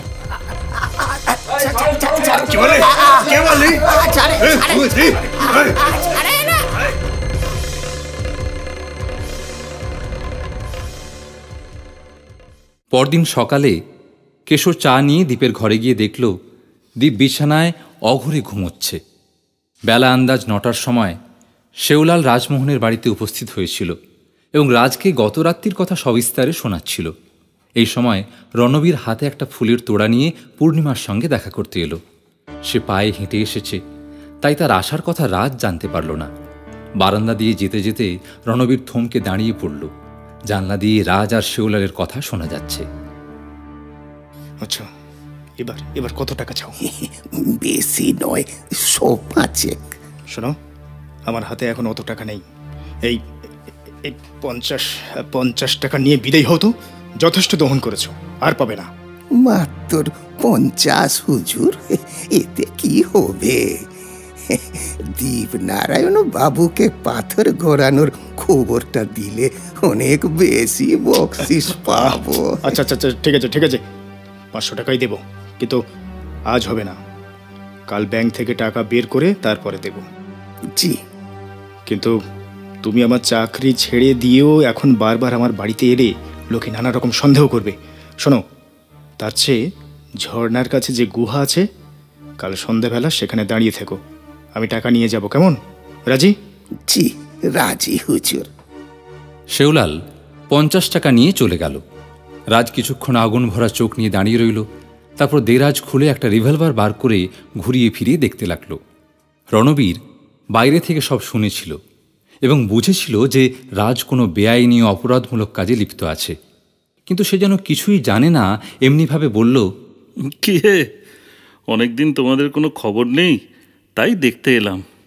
পূর্ণিমা কোথায়? মানে পূর্ণিমার শরীর ভালো নেই তো, সে নিজের ঘরে শুয়ে আছে। তাই নাকি? কি হয়েছে? ওই মাথা ঘোরা, বুক ধরপড়, এইসব আর কি। ও, তা আমি একবার তার সঙ্গে দেখা করতে পারি? মাফ করবেন রণবীর বাবু, আমাদের বাড়ির রেওয়াজ নয় কুমারী মেয়ের শোবার ঘরে। আচ্ছা থাক, তুমি না হয় ফুলগুলোর তাকে দিয়ে দিও, বলে আমি এসেছিলাম। আচ্ছা, কিন্তু আজ একজনের মুখে দ্বীপ সম্পর্কে একটা খবর শুনলাম, কিন্তু এত জঘন্য কথা যে বিশ্বাস হচ্ছে না। দ্বীপ সম্বন্ধে এমন কি কথা? রাজ তখন শেওলালের কাছে যা শুনেছিল রণবীরকে বলল। শুনে রণবীরের মুখ গম্ভীর হল। আচ্ছা, আমি খোঁজ নেব। রণবীর চলে যাবার পর রাজ ফুলের তোড়া নিয়ে উপরে গেল। তোষাখানার তালা খুলে পূর্ণিমাকে বলল, এই নাও, রণবীর তোমার জন্য ফুলের তোড়া এনেছে। ব্যাপার কি? পুলিশের লোকের সঙ্গে এত ঘনিষ্ঠতা কিসের? আমি মনে মনে ঠিক করেছি যে ওকেই বিয়ে করব। আমি তোমার হাত থেকে নিষ্কৃতি চাই। ও, আমার নামে পুলিশের কাছে লাগাবে বলে নিষ্কৃতি চাও? পাবে না নিষ্কৃতি তোমার। নাও। তোড়াটা পূর্ণিমার পায়ের কাছে ফেলে দিয়ে রাত চলে গেল। রণবীর চিন্তান্বিত মনে ফিরে এলো। বাড়িতে পুষ্পা মুখ শুকিয়ে বসেছিল। রণবীর তাকে প্রশ্ন করল, শোন, কাল রাত্রে দীপকে তুই কোথায় নামিয়ে এসেছিলি? ওই আমাকে তো ও এখানে নামিয়ে দিয়ে চলে গেল। তাহলে দীপের গাড়িটা আমাদের কম্পাউন্ডে রয়েছে কি করে? এ প্রশ্নের উত্তর নেই। পুষ্পা মুখ নিচু করে রইল। রণবীর বুঝল পুষ্পা কাল রাত্রের কথা লুকোচ্ছে। সে আর প্রশ্ন না করে অফিসে গিয়ে কাজে বসল। কিছুক্ষণ পরে দীপ পুষ্পার কাছে এলো। তার মনে অপরাধের ছায়া নেই। কাল রাত্রির কথা সে সম্পূর্ণ ভুলে গেছে। পুষ্পা কিন্তু তাকে দেখে শক্ত হয়ে বসল। শুকনো গলায় বলল, কাল রাত্রে আমাকে গাড়িতে বসিয়ে কোথায় গিয়েছিলে? কোথায় গিয়েছিলাম? মিছে তর্ক করে লাভ নেই। তুমি যেখানে ইচ্ছে যেতে পারো, আমি বাধা দেবার কে? শুধু যাবার সময় নিজের গাড়িটা নিয়ে যেও প্লিজ। পুষ্পা উঠে চলে গেল। দীপ মর্মাহতভাবে কিছুক্ষণ দাঁড়িয়ে রইল। তারপর বাইরে এসে দেখল, এ কি, আমার গাড়িটা কম্পাউন্ডের ভেতরে কি করে এলো? কাল রাতে তো আমি গাড়ি করে পুষ্পাকে নিয়ে সিনেমা দেখতে গেলাম, কিন্তু তারপর বাড়ি ফিরলাম, কিচ্ছু মনে পড়ছে না। রাজমোহন ও শেওলালের মধ্যে যে রহস্যময় কথাবার্তা রণবীর আড়াল থেকে শুনেছিল, তাতে তার বুঝতে বাকি ছিল না যে ওরা দুজনে প্রচ্ছন্নভাবে কোনো বেআইনি কাজে লিপ্ত আছে। তাই পরদিন বিকেলবেলা সে পকেটে রিভলভার নিয়ে দুজন সাব ইন্সপেক্টরকে সঙ্গে নিয়ে ঝর্নার কাছে গুহার মধ্যে গিয়ে লুকিয়ে রইল। সন্ধে হয় এমন সময় শেওলাল এসে ঝর্নার ধারে একটা পাথরের ওপর উবু হয়ে বসল এবং বিড়ি টানতে টানতে প্ল্যান আঁকতে লাগলো। এখন যে টাকাটা পাবে সেটা কিভাবে খরচ করবে? পেছনে গুহার মধ্যে যে পুলিশ লুকিয়ে আছে তা সে জানতে পারল না। ঝর্নার জল যেখানে খাদের মধ্যে দিয়ে বয়ে গিয়েছে সেখানে ঝোপঝাড় জঙ্গল, দিনের বেলাও অন্ধকার। শেওলাল নিশ্চিন্ত মনে একটা বিড়ি শেষ করে আরেকটা ধরাবার উদ্যোগ করছে। এমন সময় রাজ ঝোপঝাড়ের আড়াল থেকে পা টিপে টিপে এগিয়ে এলো। শেওলাল তাকে দেখতে পেল না। রাজ পকেট থেকে রিভলভার বার করে 10 হাত দূর থেকে শেওলালকে লক্ষ্য করে গুলি ছুঁড়ল। শেওলাল চিত হয়ে পড়ে গিয়ে গোঙাতে লাগল। শেওলাল মরেনি দেখে রাজ তার কাছে এসে আবার গুলি ছুঁড়তে উদ্যত হয়েছে। এমন সময় গুহার মধ্যে দ্রুত পায়ের শব্দ শুনে সে চকিতে পিছু ফিরে চাইল। তারপর তীর বেগে জঙ্গলের মধ্যে অদৃশ্য হয়ে গেল। রণবীররা অবশ্য রাজকে দেখতে পেয়েছিল এবং চিনতে পেরেছিল। তারা শেওলালের কাছে এসে দেখল সে গুরুতর আহত হয়ে অজ্ঞান হয়ে পড়ে রয়েছে, কিন্তু মরেনি। তারা তখন তাকে তুলে নিয়ে গিয়ে শহরের হাসপাতালে ভর্তি করে দিল এবং ডাক্তারকে বলে এলো যে শেওলালের জ্ঞান হলেই যেন পুলিশে খবর দেওয়া হয়। কেশর ধারণা হয়েছিল অমাবস্যার রাত্রে দীপের ঘাড়ে ভূত চাপে। তাই 1 মাস পরে যখন অমাবস্যা ফিরে এলো তখন সে এক মতলব করল। রাত্রে দীপ নিজের ঘরে শুতে যাবার পর সে চুপি চুপি বাইরে থেকে তালা লাগিয়ে দিল। সে রাত্রে দীপের ঘুম ভাঙল ঠিক 12টার সময়। তার মুখে ক্রূর পাশবতা ফুটে উঠল। দোর খুলতে গিয়ে যখন দেখল দোর বন্ধ, তখন তার মুখের চেহারা আরও ভয়ঙ্কর হয়ে উঠল। সে ছুটে গিয়ে খোলা জানলার দিকে তাকালো। দোতলা থেকে অন্ধকার বাগানে কিছু দেখা যাচ্ছে না, কিন্তু একটা বোগেনভিলিয়ার লতা নিচে থেকে উঠে জানলাকে ঘিরে ধরেছে। দীপ জানলা দিয়ে বেরিয়ে লতা ধরে ধরে মাটিতে নেমে অন্ধকারে অদৃশ্য হয়ে গেল। কেশো দোরে তালা লাগিয়ে দোরের বাইরে মাদুর পেতে শুয়েছিল। ঘরের মধ্যে শব্দ শুনে তার ঘুম ভেঙে গেল। সে নিঃশব্দে তালা খুলে ঘরে ঢুকল। দেখল বিছানা শূন্য, পাখি উড়েছে। দীপ রাস্তা দিয়ে ছুটে চলেছে, তার গলার মধ্যে গভীর উপভোগের হাসি। যেতে যেতে সে থমকে দাঁড়ালো। রাস্তার পাশে রণবীরের বাংলো। সামনে কিছুক্ষণ দাঁড়িয়ে থেকে দীপ পিছনের একটা খোলা জানলা দিয়ে বাড়িতে প্রবেশ করল। নাইট ল্যাম্পের আলোতে বাড়ির ঘরগুলি চোরের মতো হাতড়ে বেড়াতে লাগল। পুষ্পা নিজের বিছানায় শুয়ে ঘুমোচ্ছিল। ড্রেসিং রুমে খুটখাট শব্দ শুনে তার ঘুম ভেঙে গেল। সে উঠে ড্রেসিং রুমের দোরের কাছ থেকে উঁকি মেরে দেখল দীপ তার ড্রেসিং টেবিল থেকে কয়েকটা ছোটোখাটো গয়না, কানের দুল, সোনার রিস্টওয়াচ নিয়ে নিজের পকেটে ভরছে। পুষ্পার গলা থেকে অজ্ঞাতসারে একটা ভয়ার্ত শব্দ বেরিয়ে এলো। দীপ তাই শুনে চোখ তুলে চাইল, তারপর বিদ্যুৎ বেগে জানলা খুলে বাইরে লাফিয়ে পড়ল। রণবীরের ঘুম ভেঙেছিল। সে এসে দেখল পুষ্পা দোরের সামনে শক্ত হয়ে দাঁড়িয়ে আছে। সে প্রশ্ন করল, পুষ্পা, পুষ্পা, কি হয়েছে? চোর, চোর এসেছিল। হ্যাঁ, কোথায় কোথায় চোর? ওই জানলা দিয়ে পালিয়েছে। রণবীর জানলার কাছে গিয়ে বাইরে দেখল চোর তখন পালিয়েছে। সে বলল, আমার বাড়িতে চোর? এত দুঃসাহসকার! তুই চোরের মুখ দেখতে পেয়েছিলি? না। রণবীর তার লোকজন ডেকে সারা বাড়ি বাগান তল্লাশ করল, কিন্তু চোরকে ধরা গেল না। পুষ্পা নিজের ঘরে গিয়ে আবার বিছানায় শুয়ে পড়ল। শূন্য দৃষ্টিতে দেয়ালের পানে তাকিয়ে ভাবতে লাগল, আমি কি দেখলাম? কাকে দেখলাম? দীপ, আমার ঘরে চুরি? এটা কি সত্যি? না না, নিশ্চয়ই আমার চোখের ভুল। কিন্তু কি করে সম্ভব? কেন? ওদিকে দীপ নিজের বাড়িতে ফিরে জানলা দিয়ে ঘরে ঢুকল। চোরাই মাল সিন্ধুকে রেখে বিছানায় শুয়ে পড়ল। ঢং ঢং করে 2টো বাজল। দীপের মুখের চেহারা আবার স্বাভাবিক হলো, চোখ ঢুলে এলো। তারপর সে ঘুমিয়ে পড়ল। 2টো বেজে যাবার পর কেশো চুপি চুপি আবার দীপের ঘরে ঢুকল। দেখল দীপ অকাতরে ঘুমোচ্ছে। সে চোখ মুছে আবার দেখল, না, চোখের ভুল নয়, সত্যিই দীপ ঘুমিয়ে আছে।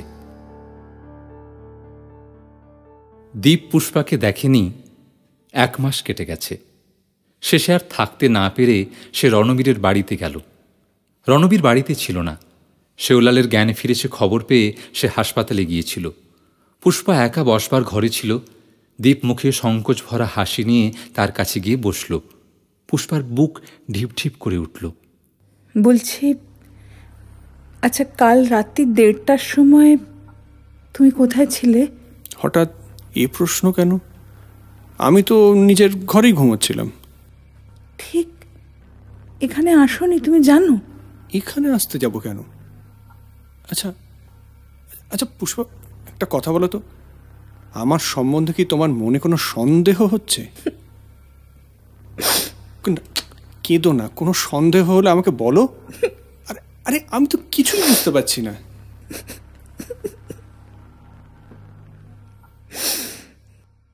হাসপাতালে শেওলালের জ্ঞান হয়েছে। তার আঘাত গুরুতর হলেও প্রাণের আশঙ্কা নেই। সে রণবীরের কাছে জবানবন্দি দিয়েছে, সত্যি কথাই বলেছে। রণবীর ডাক্তারকে বলে গেছে যে পুলিশের হুকুম না পাওয়া পর্যন্ত শেওলালকে হাসপাতাল থেকে যেন ছাড়া না হয়।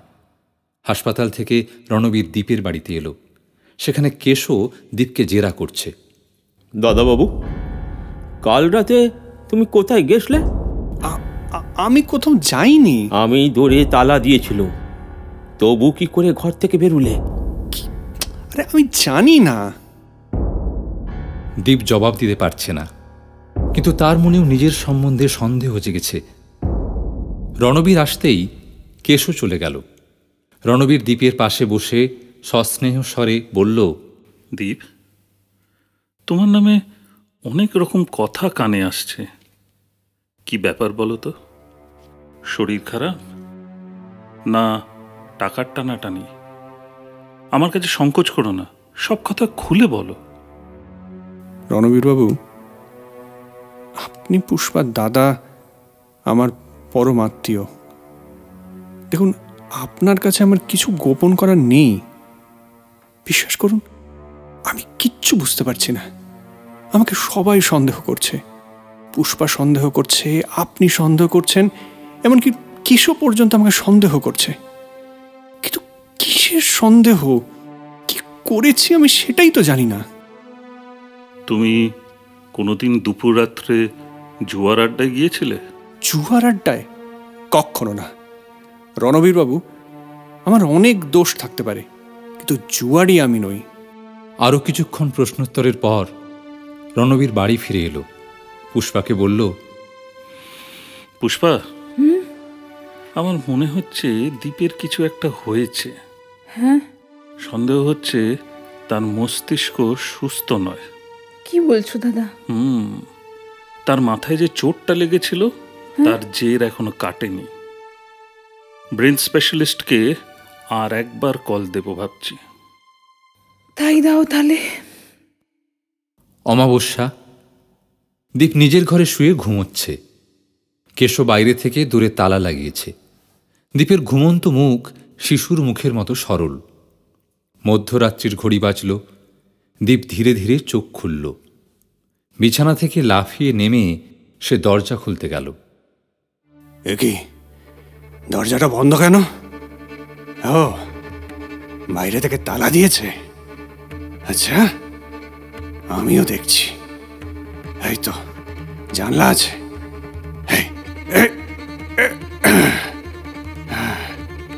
এবার ওই তো সামনের বাড়িটাতে আলো জ্বলছে দেখছি তো। আচ্ছা, ও সামনে তো পাহারা আছে। ঠিক আছে, कुछ परवाह नहीं, पांचिल टपके। এই তো এই ঘরটাতে নাইট ল্যাম্প জ্বলছে। এইটাতে এটা কে ঘুমাচ্ছে? পেয়েছি। এই তো চাবির কোচাটা পেয়েছি। এবার কিন্তু কোন চাবিটা হবে? হয়েছে। আরে বাপ রে, এত অনেক কিছু রেখে শুয়ে এখানে আবার থাকে। আরে বাপ রে, তো হিরে জহরাত। আরে তাড়াতাড়ি, আরে না, আরে তাড়াতাড়ি পকেটে ভরি। হ্যাঁ, জেগে গেছে। কে কে? চোর!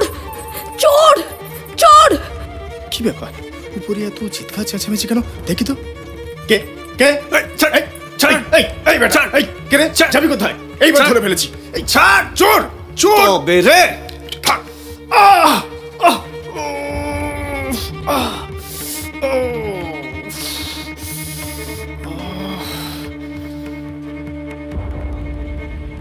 দীপ এক ঝটকায় নিজেকে ছাড়িয়ে নিয়ে রাজের পেটে মারল এক লাথি। রাজ দুহাতে পেট ধরে গোঙাতে লাগলো। দীপ ছুটে পালালো। খানিক পরে রাজ সামলে নিয়ে দোতলায় গিয়ে দেখল তোষাখানার দোর খোলা। পূর্ণিমা অজ্ঞান হয়ে মেঝেই পড়ে রয়েছে। রাজ তার মুখে জলের ছিটে দিতেই তার জ্ঞান হলো। পূর্ণিমা,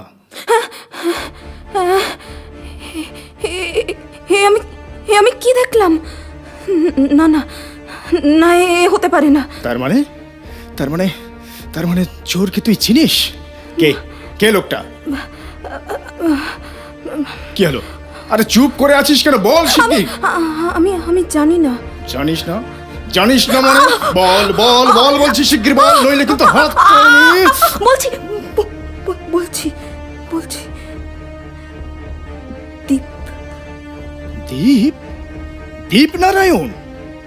দীপনারায়ণ আমার বাড়িতে ঢুকেছিল চুরি করতে। ওর ম্যানেজার সব টাকা নিয়ে ভেগেছে, সেই থেকে চুরির ব্যবসা ধরেছে। বাহ, বেশ। এবার যাবে কোথায়? ধরেছি এবার বাছাধনকে। দেখি এবার কেমন করে পুষ্পাকে বিয়ে করে। জেলে তো পাঠাবো, লাপসি খাওয়াবো, তবেই আমার নাম রাজমোহন। দীপ নিজের বাড়িতে এসে দেয়াল বেয়ে জানলা দিয়ে ঘরে ঢুকল। চোরাই মাল যথারীতি সিন্ধুকে রেখে বিছানায় শুয়ে পড়ল। রাত্রি তখন 2টো। কিছুক্ষণ পরে কেশো দোর খুলে ঘরে ঢুকল। দীপের বিছানার কাছে গিয়ে তার মুখ দেখল। কেশোর সন্দেহ এখন দৃঢ় বিশ্বাসে পরিণত হয়েছে। সে গায়ে নাড়া দিয়ে দীপের ঘুম ভাঙালো। দাদাবাবু, ও দাদাবাবু। কি হলো? কেশো, কি হয়েছে? কি ব্যাপার? কত রাত এখন? কি হয়েছেটা কি? বাড়ি থেকে আগুন লেগেছে নাকি চোর ঢুকেছে? চোরই ঢুকেছে। কোথায় গেছলে তুমি? হ্যাঁ, কোথায় গেছিলাম মানেটা কি? আমি তো ঘুমোচ্ছিলে? তাহলে তোমার হাতের রক্তের দাগটা এলো কি করে? রক্তের দাগ? আমি জানি না। জানলা দিয়ে লতা ধরে ধরে তুমি নিচে নেমেছিলে। কেন নেমেছিলে? কোথায় গেছলে? না না না না না, আমি হয়তো ঘুমের ঘরে নিজের হাত নিজেই আঁচড়ে ফেলেছি। না না, লতার কাঁটায় হাত কেটেছে তোমার। এ ঘরে এসো দেখি। দেখো দেখো, আমার কিন্তু নানা রকম সন্দেহ হচ্ছে। তুমি সিন্দুকটা খুলে একবার দেখো তো। সিন্দুক? ঠিক আছে, চল। কি এত সব দামি দামি জড়োয়া গয়না? হ্যাঁ, আরে এটা তো পুষ্পার কানের দুল। এইসব আমার সিন্দুক এলো কোথা থেকে? কোত্থেকে আবার? তুমি চুরি করে এনেছো। দুপুর রাতে তোমাকে ভূতে পায়। তুমি ঘর ছেড়ে বেরো, তারপর চুরি ডাকাতি খুন কি করে বেড়াও তুমি জানো। 2 ঘন্টা পরে ফিরে এসে ঘুমিয়ে পড়ো। তখন ওই ভূতটা তোমাকে ছেড়ে পালায়। কি বলছিস কেশব? এসব কি সত্যি? সত্যি সত্যি, ভগবান জানেন সব সত্যি। তাহলে আমি একটা চোর? জানি না আরো কত অপরাধ করেছি। সে ডাম্বালালের বাড়ির চুরি, পুষ্পার গয়না চুরি, আর যত সব চুরি হয়েছে সব আমার কাজ। আজ রাত্রে কোথায় গেছিলাম? কেশব, কেশব, এ আমার কি হলো? পুষ্পাকে আর কোন মুখে বিয়ে করতে চাইবো? এ চোরকে কে বিয়ে করবে? কিছুক্ষণ পরে মনকে দৃঢ় করে সে কাগজ কলম নিয়ে পুষ্পাকে চিঠি লিখতে বসল। দীপের চিঠি পেয়ে পুষ্পা অঝরে কাঁদছে। রণবীর তাকে সান্ত্বনা দেবার চেষ্টা করছে। কাঁদিস নে, কাঁদিস নে পুষ্পা। দীপ তো তোকে চিঠি লিখে বিয়ের সম্বন্ধ ভেঙে দিয়েছে। এ থেকেই বোঝা যায় যে তার মনে পাপ নেই। কিছু একটা হয়েছে, মানসিক ব্যাধি। ডাক্তার দেখানো দরকার। স্পেশালিস্টকে খবর পাঠিয়েছি, 2-1 দিনের মধ্যেই এসে পড়বেন।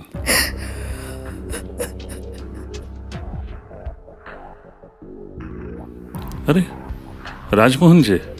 রণবীর বাবু, আপনি আমাদের পুলিশ অফিসার। তাই থানায় না গিয়ে আপনার কাছেই একটা নালিশ জানাতে এসেছি। নালিশ? কিরকম নালিশ? কাল রাতে আমার বাড়িতে চোর ঢুকেছিল, কিছু গয়না নিয়ে পালিয়েছে। আর পালাবার আগে আমি আর পূর্ণিমা তাকে চিনতে পেরেছি। চিনতে পেরেছ? কে লোকটা? আপনাদেরই খুব চেনা লোক, দীপনারায়ণ। কি? এ হতে পারে না, মিথ্যে কথা, কিছুতেই হতে পারে না। তোমরা বোধহয় ভুল করেছ রাজ। দীপ চুরি করবে এটা ঠিক বিশ্বাসযোগ্য নয়। স্বাভাবিক, কিন্তু সে ডাম্বালালের বাড়িতে চুরি হয়েছিল মনে আছে? তিনিও দীপকে দেখেছিলেন, কিন্তু বিশ্বাস করতে পারেননি। এখন আর সন্দেহের অবকাশ নেই। ইদানিং শহরে যত চুরি হয়েছে সব দীপের কাজ। আমি এই গুরুতর অভিযোগের সমস্ত দায়িত্ব নিয়ে তার নামে অভিযোগ আনছি। আপনি লোকজন নিয়ে তার বাড়ি সার্চ করুন, আমার বিশ্বাস সব মাল সেখানেই পাওয়া যাবে। আমি পুলিশ, এবং তুমি যখন অভিযোগ এনেছো তখন আমাকে তো তদন্ত করতেই হবে। আমি এক্ষুনি থানায় যাচ্ছি, সেখানে তোমার নালিশ লিখে দীপের বাড়ি যাব। এসো আমার সঙ্গে। বেশ, চলুন। আমিও যাব তোমার সঙ্গে দাদা। চল। দীপ নিজের ড্রয়িং রুমে নিঝুম হয়ে বসেছিল। কেশো ছুটে এসে খবর দিল, দাদাবাবু, লালাবাবু, পুলিশ পুলিশ। হ্যাঁ, একদল পুলিশ এসেছে। সঙ্গে রণবীর বাবু, পুষ্পা দিদি আর রাজমোহন এসেছে। কি করব দাদাবাবু? সদর বন্ধ করে দেবো? না, হ্যাঁ, এখানে নিয়ে এসো। কিন্তু ওরা অনেকজন।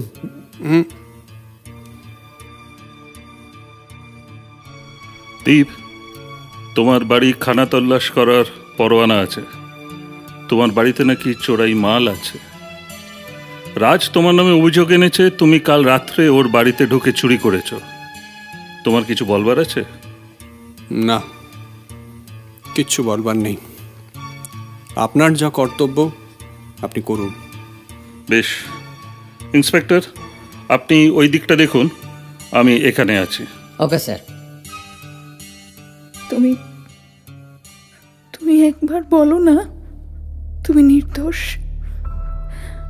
আমি তোমায় বিশ্বাস করব, প্লিজ একবার বলো। দীপ কিছুক্ষণ শক্ত হয়ে বসে রইল, উত্তর দিল না। তারপর হঠাৎ উঠে গিয়ে জানলার সামনে দাঁড়িয়ে বাইরের দিকে চেয়ে রইল। ওদিকে পুলিশের দল বাড়ির একতলা দোতলা খানা তল্লাশ করে বেড়াচ্ছে, সঙ্গে রাজমোহন আর কেশো। রাজমোহনের মুখে উত্তেজিত আগ্রহ, কেশোর চোখে বিস্ফারিত আতঙ্ক। সব ঘর শেষ করে তারা দ্বীপের শোবার ঘরে উপস্থিত হল। ড্রয়িং রুমে অখণ্ড নীরবতা। দোতলা থেকে উত্তেজিত কণ্ঠস্বর শুনে তিনজনে ঘাড় তুলে চাইল। তারপর বিজয়ী সেনাপতির মতো আগে আগে রাজমোহন প্রবেশ করল, তার পিছনে অঞ্জলি ভরা গয়না নিয়ে ইন্সপেক্টর। রাজমোহন সগর্বে গয়নার দিকে আঙুল দেখিয়ে রণবীরকে বলল, এই তো দেখুন দেখুন, চোরাই গয়না সব ওর সিন্ধুকের মধ্যে ছিল। কেবল রাজমোহন বাবুর বাড়ির জিনিস নয় স্যার, সেট আম্বালালের বাড়ির জিনিসও সিন্ধুকে ছিল। চোর চোর, দেখছেন দেখছেন কি? গ্রেপ্তার করুন। যেই ম্যানেজার টাকা নিয়ে পালালো অমনি চুরির ব্যবসা আরম্ভ করলো। শুধু ভাত কাপড় তো নয়, খারাপ পড়ায় যাবার পয়সাও তো চায়। তুমি চুপ করো। দীপ, তুমি কিছু বলবে? কিচ্ছু না, আমার যা বলবার আমি তা আদালতে বলবো। আমাকে গ্রেপ্তার করুন। দাদা তুমি ওকে সরে আয় পুষ্পা। ইন্সপেক্টর সাহেব। Yes sir. দীপ জামিন চায়নি, হাজতে আছে। কয়েকদিনের মধ্যেই তার মামলা এজলাসে উঠবে। রণবীর বিশেষজ্ঞ ডাক্তারকে আনিয়েছে। রণবীরের বাড়িতে ডাক্তারের সঙ্গে আলোচনা হচ্ছে। পুষ্পা চুপ করে বসে শুনছে। ডাক্তারবাবু বললেন, দেখুন, মানুষের প্রকৃতির এমন হঠাৎ পরিবর্তনে আশ্চর্য হবার কিছু নেই। অনেক কারণেই এমনটা হতে পারে। সেই দুর্ঘটনায় ওর যে মাথায় আঘাত লেগেছিল, বাইরে থেকে ওকে দেখে হয়তো সুস্থ মনে হয়, কিন্তু মস্তিষ্কের আঘাতটা ভেতরে ভেতরে রয়েই গেছে। ওর দুর্ঘটনাটা ঘটেছিল রাত্রি 12টা থেকে 2টোর মধ্যে, তাই মাঝে মাঝে রাত্রি 12টা থেকে 2টোর মধ্যে ওর মস্তিষ্কে একটা অ্যান্টি সোশ্যাল প্রবৃত্তি হয়তো চাগার দিয়ে ওঠে। এটা কিছু নতুন ব্যাপার নয়। আমাদের মনোবিজ্ঞানে এর অনেক উদাহরণ আছে।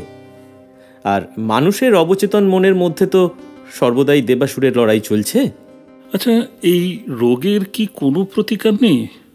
মানে আমি আপনাকে খুলেই বলি, আমার চিন্তার বিশেষ কারণ ওর সঙ্গে আমার বোনের বিয়ে পাকা হয়েছে। দেখুন, কেসটা একটু নতুন ধরনের। প্রচণ্ড ঝাঁকুনি লাগার ফলে মস্তিষ্কের কোনো অংশ একটু স্থানচ্যুত হয়েছে। আর সত্যি কথা বলতে কি, এর কোনো ওষুধ নেই।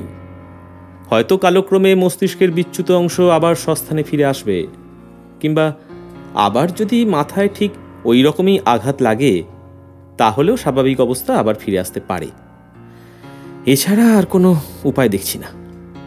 আচ্ছা, এই মামলাটা কবে কোর্টে উঠবে বলুন তো? পরশু। সে সময় কিন্তু আমার কোর্টে থাকাটা খুব দরকার। পুষ্পা দেবী, আপনি হতাশ হবেন না, মনে সাহস রাখুন, তারপর ভগবানের হাত। পূর্ণিমা এখনও তোষাখানায় বন্দী। রাজমোহন হাতে ওষুধের গেলাস নিয়ে তার কাছে গেল, বলল, এই নে ওষুধটা খেয়ে নে, ডাক্তার দিয়েছে। কি এটা? বিষ নয় তো? না না, টনিক। খেলে শরীর চাঙ্গা হবে, জড়তা কেটে যাবে। দাও, যা হয় হবে। এখন মরণ হলেই বাঁচি। ওষুধ খেয়ে সে শুয়ে পড়ল। রাজ নিচে নেমে এসে দেখল রণবীর এসেছে। রণবীরের আচরণে ঘনিষ্ঠতার ভাব নেই। সে বলল, দ্বীপের মামলায় পূর্ণিমার সরকারি পক্ষের বড় সাক্ষী, তার সঙ্গে কথা বলতে চাই। পূর্ণিমার সঙ্গে তো এখন দেখা হতে পারে না, সে বড়ই অসুস্থ। এক প্রকার জ্ঞান নেই বললে চলে। অসুস্থ? জ্ঞান নেই? আমি নিজের চোখে দেখতে চাই। কেন, আমার কথায় বিশ্বাস হচ্ছে না? বেশ, আসুন আমার সঙ্গে, নিজের চোখেই দেখুন। রাজ রণবীরকে নিয়ে পূর্ণিমার ঘরে এলো। পূর্ণিমা ঘুমে অচৈতন্য। রণবীর তার নাড়ি দেখল, চোখের পাতা টেনে দেখল, রোগের কোনো লক্ষণ নেই। সন্দেহ হয় ওষুধ খাইয়ে ঘুম পাড়ানো হয়েছে। কি দেখলেন তো? এখন কি ওর পক্ষে মামলায় সাক্ষী দেওয়া সম্ভব? আর তাছাড়া পূর্ণিমার সাক্ষী দেবার দরকারই বা কি? আমি যা দেখেছি সে তো তার চেয়ে বেশি কিছু দেখেনি। আমার কথা কি যথেষ্ট নয়? রণবীর উত্তর দিল না। দুজনে নিচে নেমে এলো। আচ্ছা চলি। রণবীর সদর দরজা পর্যন্ত গিয়ে হঠাৎ ফিরে দাঁড়ালো। শেওলাল নামে একটা চাকর ছিল না? তাকে দেখছি না, সে কোথায়? কে? ও শেওলাল? হ্যাঁ হ্যাঁ, ছিল বটে। লোকটা চোর ছিল, আমার পকেট থেকে টাকা পয়সা সরাতো। একদিন ধরে ফেললাম, তাকে তাড়িয়ে দিয়েছি। ও তাই নাকি? রণবীর চলে গেল।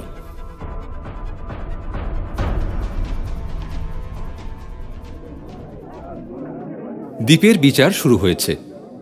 আদালতে লোকের ভিড়। রণবীর, পুষ্পা, রাজমোহন সকলেই উপস্থিত। এক কোণে শেওলাল আধখানা মুখ ঢেকে বসে আছে। কাঠকড়ায় দ্বীপ। আদালতের সামনে একটা পুলিশের মোটর গাড়িতে দুজন পুলিশ অফিসার বসেছিল, যেন কিসের অপেক্ষা করছে। জজ সাহেব আসছেন। আসামি দীপনারায়ণ হাজির। পাবলিক প্রসিকিউটর তার বক্তব্য শুরু করলেন। রণবীর অলক্ষ্যে এজলাস থেকে বেরিয়ে এসে প্রতীক্ষমান পুলিশ কারে উঠে রাজমোহনের বাড়ির উদ্দেশ্যে রওনা হল। এজলাসে পাবলিক প্রসিকিউটর সরকারি বয়ান শেষ করলেন। হাকিম দ্বীপের পানে চাইলেন। তিনি একটু অপ্রতিভ, কারণ দ্বীপের সঙ্গে আগে থেকেই তার পরিচয় আছে। দুজনে এক ক্লাবের মেম্বার। দ্বিধা করে তিনি বললেন, আপনার কৈফিয়ত, গিল্টি অর নট গিল্টি? ধর্মাবতার, আমি চুরি করেছি কি না তা আমি নিজেই জানি না।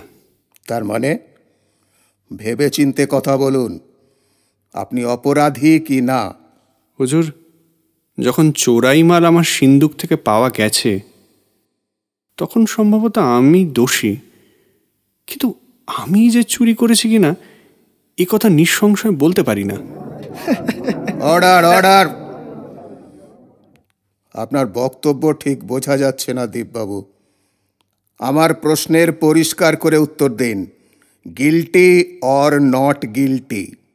এই সময় এজলাসের দৌড় দিয়ে প্রবেশ করল পূর্ণিমা।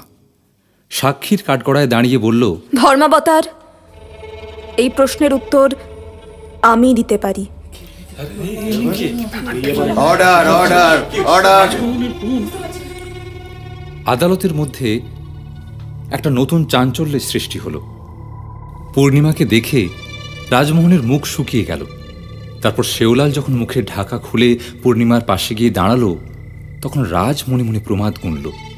সে পেছন ফিরে দেখল রণবীর যেন তার পালাবার রাস্তা বন্ধ করবার জন্যেই তার পেছনে এসে দাঁড়িয়েছে এবং কঠিন হাসি হাসছে। শেওলাল হাত জোড়ো করে হাকিমকে বলল, হুজুর, আমারও কিছু বলবার আছে। অতঃপর বিশেষজ্ঞ ডাক্তারবাবু দ্বীপের পাশে গিয়ে দাঁড়ালেন। বললেন, ইয়োর অনার, এই কেস সম্বন্ধে আমিও কিছু জানি, আর আপনাকে তা জানানো দরকার। আমি একজন ডাক্তার, ব্রেন স্পেশালিস্ট। কয়েক মাস আগে এই আসামি মাথায় আঘাত লেগে মরণাপন্ন হয়েছিলেন। তখন আমি এর চিকিৎসা করেছিলাম। আদালতের ঊর্ধ্বশ্বাস উত্তেজনা। রাজমোহন দেখল দ্বীপের বিরুদ্ধে সে যে মোকদ্দমা গড়ে তুলেছিল তা ফেঁসে গেছে। সে নিজের ফাঁদে নিজে ধরা পড়েছে। সে পিছন ফিরে কোর্ট থেকে পালাবার চেষ্টা করল, কিন্তু রণবীর দুর্লঙ্ঘ পাঁচিলের মতো দাঁড়িয়ে আছে। মরিয়া হয়ে সে পকেট থেকে রিভলভার বার করে চিৎকার করল,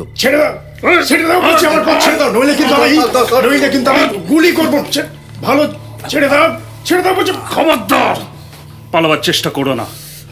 দীপনারায়ণ এবং শেওলালকে খুন করার চেষ্টার জন্য আমি তোমাকে গ্রেপ্তার করছি।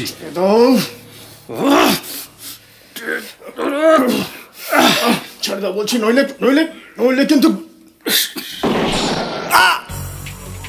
ডাক্তারবাবু, ডাক্তারবাবু! একটা গুলি বেরিয়ে গিয়ে দীপনারায়ণের মাথায় লাগলো। মাথার খুলি ফুটো হলো না বটে, কিন্তু খুলির উপর একটা গভীর দাগ কেটে গুলিটা পিছলে বেরিয়ে গেল। দীপ অজ্ঞান হয়ে পড়ে গেল, আর কয়েকজন পুলিশের লোক এসে রাজকে চেপে ধরল। রণবীর তার হাত থেকে রিভলভার ছিনিয়ে নিল। ততক্ষণে আদালত ঘর থেকে দর্শকদের দল সব পালিয়েছে। দীপের শয়নকক্ষ।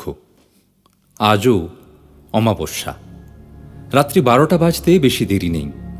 বিছানায় দীপ চোখ বুজে শুয়ে আছে, তার মাথায় ব্যান্ডেজ বাঁধা। ঘরের মধ্যে আছে রণবীর, পুষ্পা, পূর্ণিমা, কেশব এবং ডাক্তারবাবু খাটের ধারে দাঁড়িয়ে দীপের মুখের পানে চেয়ে আছেন। রণবীর খাটো গলায় পূর্ণিমাকে বলল, আজ রাত্রে আর তোমার বাড়ি গিয়ে কাজ নেই, তুমি বরং আমার বাংলোয় চলো। তোমার বাড়িতে কেউ নেই, রাজমোহন হাজতে। এই সময় একলা তোমার নিজের বাড়িতে থাকাটা ঠিক হবে না। না না, পুষ্পার এই বিপদ, আমি এখন কোথাও যাব না। আসলে পুষ্পা যে দীপকে এত ভালোবাসে আমি বুঝতে পারিনি। আচ্ছা, তুমি তো আমার দাদার চরিত্র জানতে পেরেছো, তা সত্ত্বেও আমাকে চাও? তোমার দাদার চরিত্র এবং তোমার চরিত্র যে ঠিক বিপরীত, তাও তো জানতে পেরেছি। তুমি তুমি আমাকে বিশ্বাস করতে পারবে? বিশ্বাস না করতে পারলে তোমাকে বিয়ে করতে চাইবো কেন? আমি একসময় দীপকে খুব ভালোবাসতাম, কিন্তু ও আমাকে চায়নি। তারপর যে কি হলো, দীপের উপর থেকে আমার মন সরে গেল। আমি বেশ বুঝতে পারলাম দীপ শুধুই পুষ্পার, আর কারণ নয়। আমি জানি পূর্ণিমা, তোমাকে না জানিয়ে তোমাকে বিয়ে করতে পারবো না, তাই জানালাম। কেশব ডাক্তারের কাছে গিয়ে ভাঙা ভাঙা গলায় জিজ্ঞেস করল, ডাক্তারবাবু, জ্ঞান হতে আর কত দেরি? ডাক্তার কেবল হাত তুলে তাকে আশ্বাস দিলেন। কেশব বিড়বিড় করে বলে চলল, আজ আমার অমাবস্যা। আজকে দুপুর রাতে একটা ভূত ওর ঘাড়ে চাপে, তখনও কেমন অন্য মানুষ হয়ে যায়।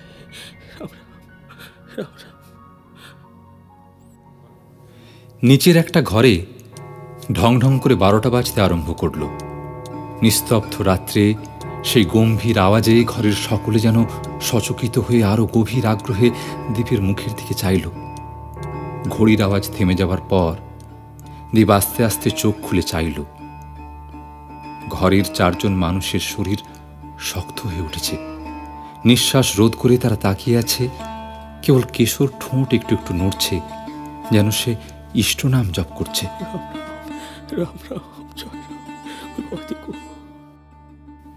দীপের চোখ এদিক ওদিক ঘুরে পুষ্পার মুখের উপর স্থির হল। খানিকক্ষণ চেয়ে থেকে সে পুষ্পার দিকে দুহাত বাড়িয়ে দিল, কোমল কণ্ঠে বলল, পুষ্পা, তুমি কবে আমায় বিয়ে করবে?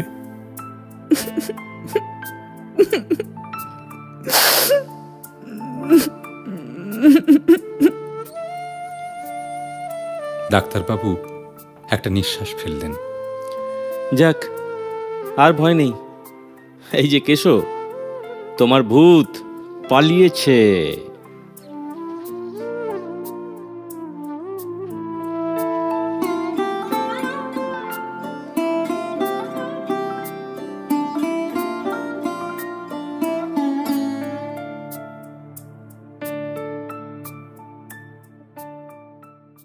এতক্ষণ শুনলেন শরদিন্দু বন্দ্যোপাধ্যায়ের উপন্যাস অবলম্বনে অমাবস্যা, নিবেদনে ও কলকাতা। আমাদের কাজ আপনাদের কেমন লাগছে কমেন্ট করে অবশ্যই জানাবেন। ভালো থাকবেন। নমস্কার।